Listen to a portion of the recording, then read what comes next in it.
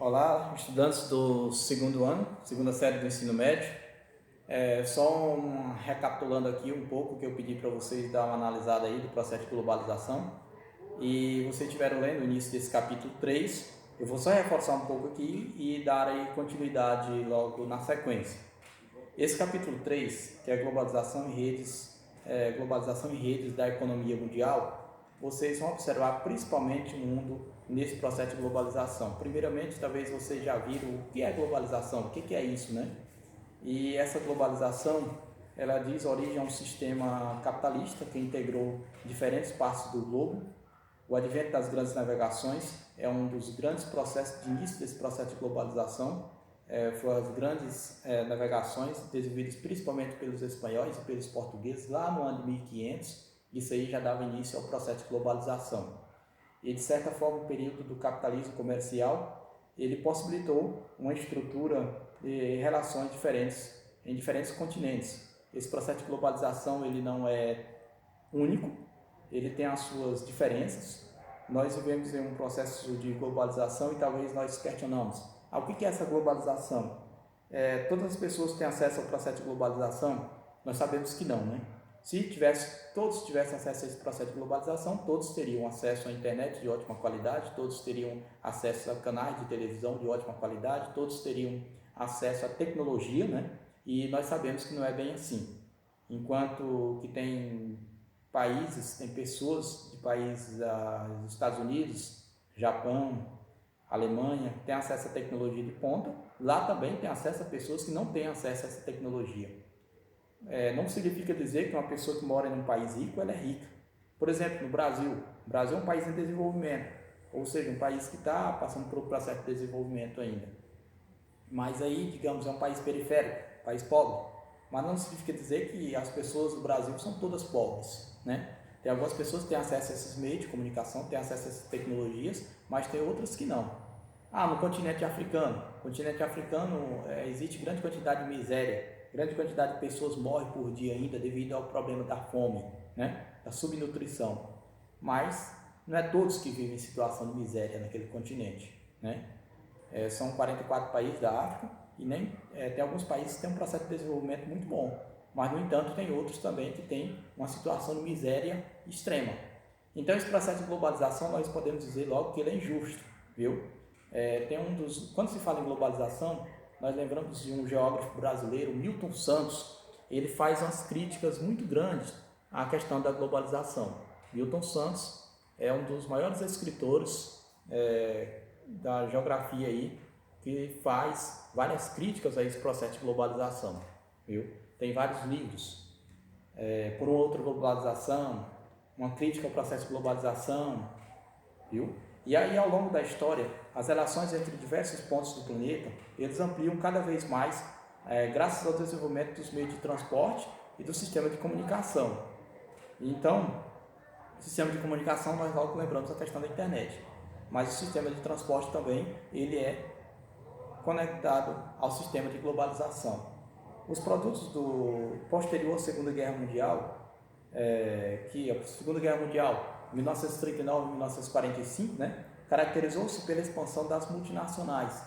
E aí nós vamos ver lá na frente o que são essas multinacionais.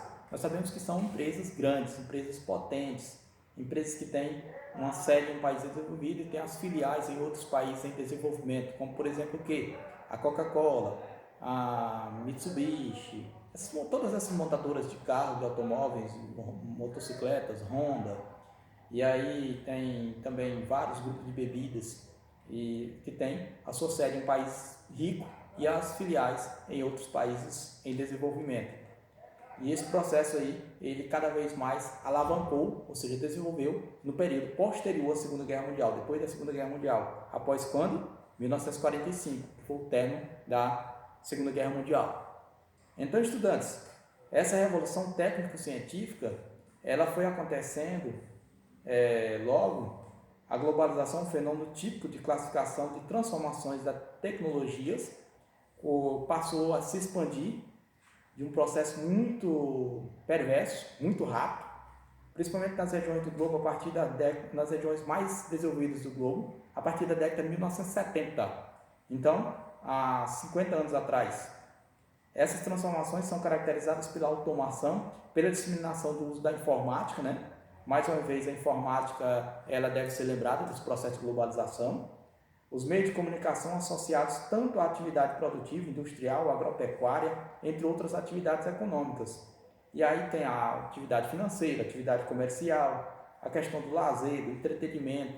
Tudo isso passou a ser possível a esse processo de globalização. Hoje em dia, você pode pagar uma conta, você pode comprar sem sair de casa, coisa que não era possível há 50, 60 anos atrás. E a partir desse processo de globalização já é possível sim, embora também tenha vários perigos dessas compras e desses pagamentos feitos da própria casa. Mas não é necessário mais você ir a uma lotérica, ir a por exemplo, a um banco para pagar uma conta. Você pode pagar dentro da sua própria casa. Basta você ter um aplicativo instalado no seu smartphone, no seu celular. E também, claro, aí vem novamente a questão da utilização da internet.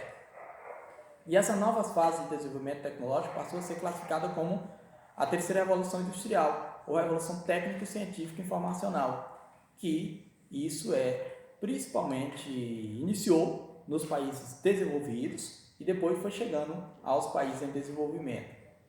Os países aí que mais investem em pesquisa e desenvolvimento, vocês vão ver logo aí na página 69, são países como Estados Unidos, China, Japão, Alemanha, Coreia do Sul. Claro, eles investem muito em pesquisa e desenvolvimento, portanto, eles vão ter mais tecnologias agregadas, viu? E aí, o Brasil fica em qual posição? O Brasil aqui apareceu na 10ª posição.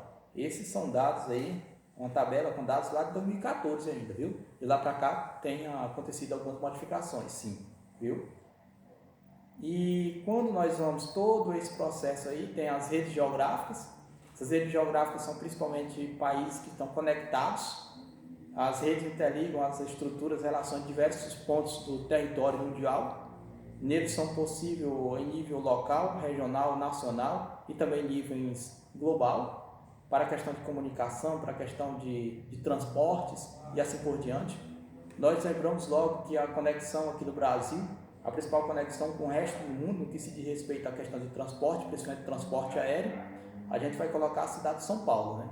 A cidade de São Paulo tem a conexão com o resto do mundo, no que se diz respeito a pousos e decolagens de aviões que saem do Brasil.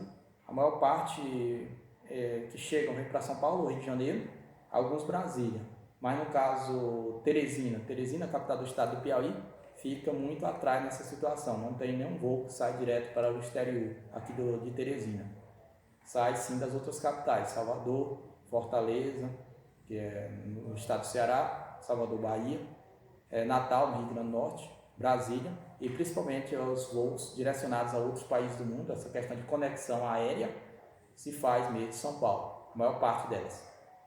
As redes de produção e distribuição, elas são privilegiadas por um processo também de comunicação e organização do espaço geográfico por meio das redes, e eliminou a necessidade de fixar atividades econômicas em um determinado lugar. E essas tecnologias, elas vão facilitando também o processo de desenvolvimento econômico e gerando também a questão dos empregos. E agora chega a questão das multinacionais. O que são essas multinacionais? Eu já falei um pouco anteriormente que essas multinacionais são empresas que estão lá nos Estados Unidos, são empresas que estão lá no Japão, tem a sede lá e tem as filiais aqui no Brasil. A Coca-Cola, a sede está onde? Nos Estados Unidos. E aí tem a Coca-Cola em todos os países do mundo praticamente. A Fiat, montadora de carro, né? Uma italiana, está lá na Itália. Tem carros em todos os locais do mundo. A Honda que seja automóvel, que seja motocicleta, está onde? A sede? Lá no Japão, né? Então, consequentemente, essas são as maiores multinacionais. Tem outras. E aí, quais são as multinacionais brasileiras? Quais são as empresas brasileiras que estão lá no exterior também? Tem algumas, tem sim. Agora na Antártica, tem o Grupo Votorantim, tem a Belgo, na parte de ferro, Votorantim também na parte de ferro, não, Gerdau na parte de ferros, ferragens, grampos e assim por diante, prego. Votorantim na parte de cimento e assim por diante. Então tem alguns brasileiros também no mercado aí internacional. Mas é mais fácil a gente lembrar de empresas grandes que estão presentes aqui no Brasil, Samsung, Motorola, CCE e vários outros que estão aqui no nosso meio, do que talvez nós lembrarmos de algumas empresas brasileiras que estão lá. Mas o Brasil também tem algumas empresas, viu? Então isso foi só uma palazinha, só uma introdução para que vocês continuem lendo e, de certa forma, focados no desenvolvimento aí desse processo de ensino-aprendizagem. Então, esperamos contar muito com vocês e o que vocês tiverem dúvida, pode procurar no privado e assim por diante. Estamos atentos para ajudar. Valeu, um abraço a todos.